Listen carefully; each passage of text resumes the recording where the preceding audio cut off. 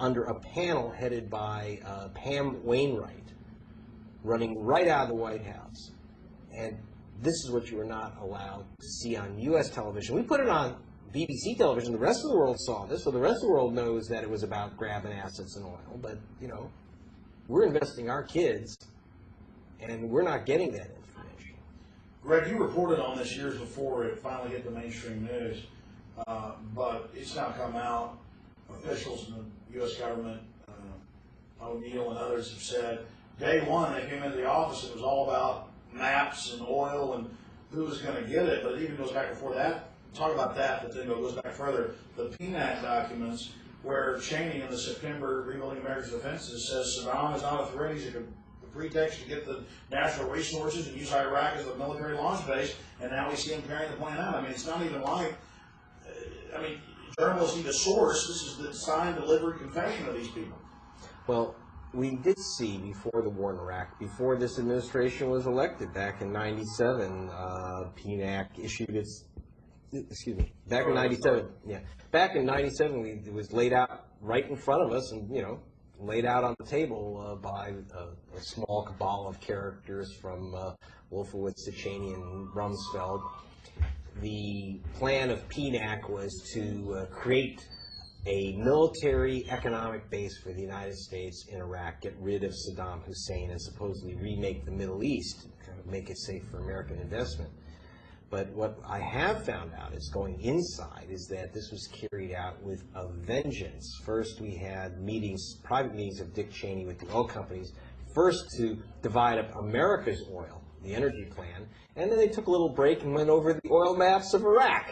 Now, Dick Cheney has been able to enlist his private Supreme Court into keeping his records silent as to what he said to these oil company executives while they were looking at these oil maps of Iraq. And we're talking about within weeks, something like 6 weeks after the inauguration.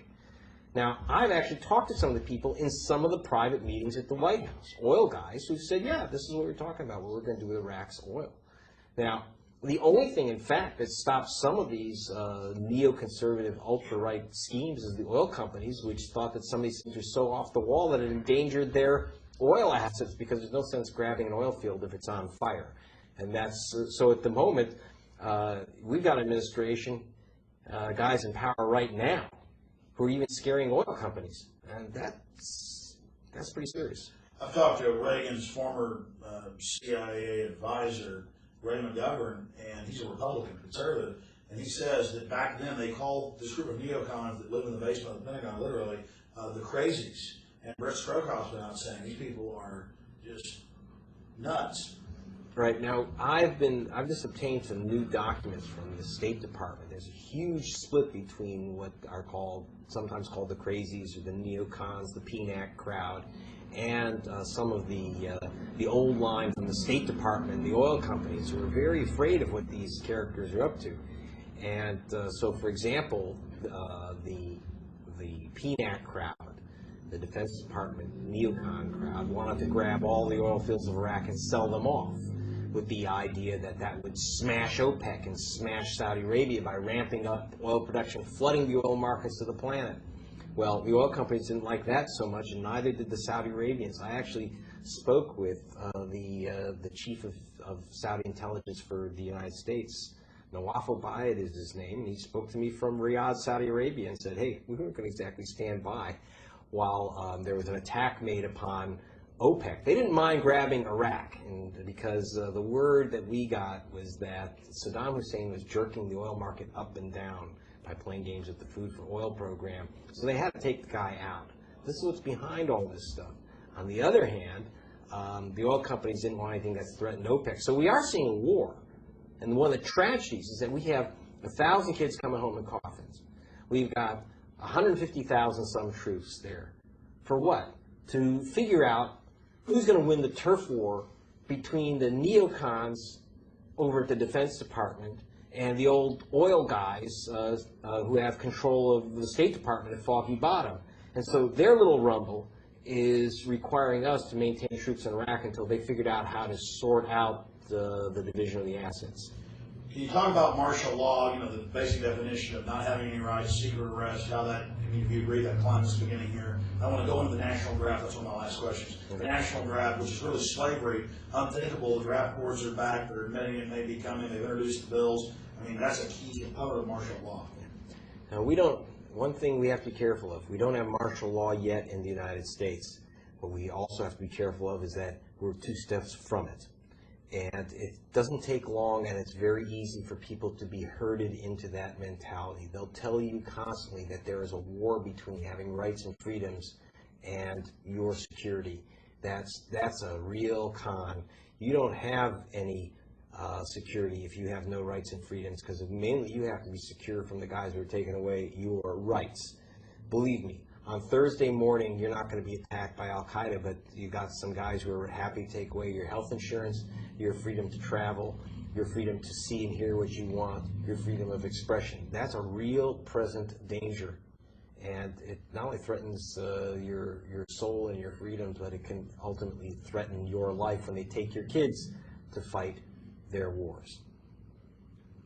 Greg, that's great. I don't want to keep you much longer. Okay. Any questions?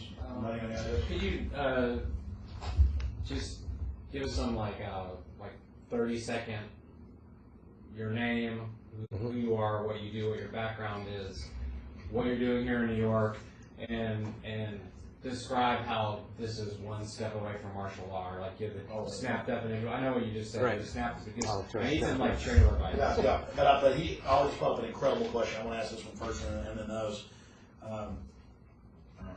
Go ahead. Greg, long term, Secretary of the Army, who was a neocon and often involved in building Enron. White, though, got kicked out when he said, look, my generals tell me 400,000 troops. What's going to happen in Iraq? The international forces don't want to go in. Even if they went in, that they're not going to be wanted now. The place is worse off than it was. The infrastructure is falling apart. They've abused so many people. Now Shiites that were on our side are fighting against us. I mean, this is turning out to look worse than Vietnam. Try to give us a scenario, your prediction in the next couple of years. What's going to happen in Iraq? Okay, it's always dangerous to make predictions, but now I'm going to make a couple anyway. We've had an administration that marched us into Iraq and said they'd be throwing flowers, and instead they're throwing grenades. What we have to worry about now is not just a Vietnam quagmire, because one thing that came out of Vietnam was a protest movement in which an American public said, we ain't going to take it no more. Now, what I'm worried about with Iraq is that these guys are much slicker in Washington and will turn the deepening disaster in Iraq into an excuse to clamp down in the U.S.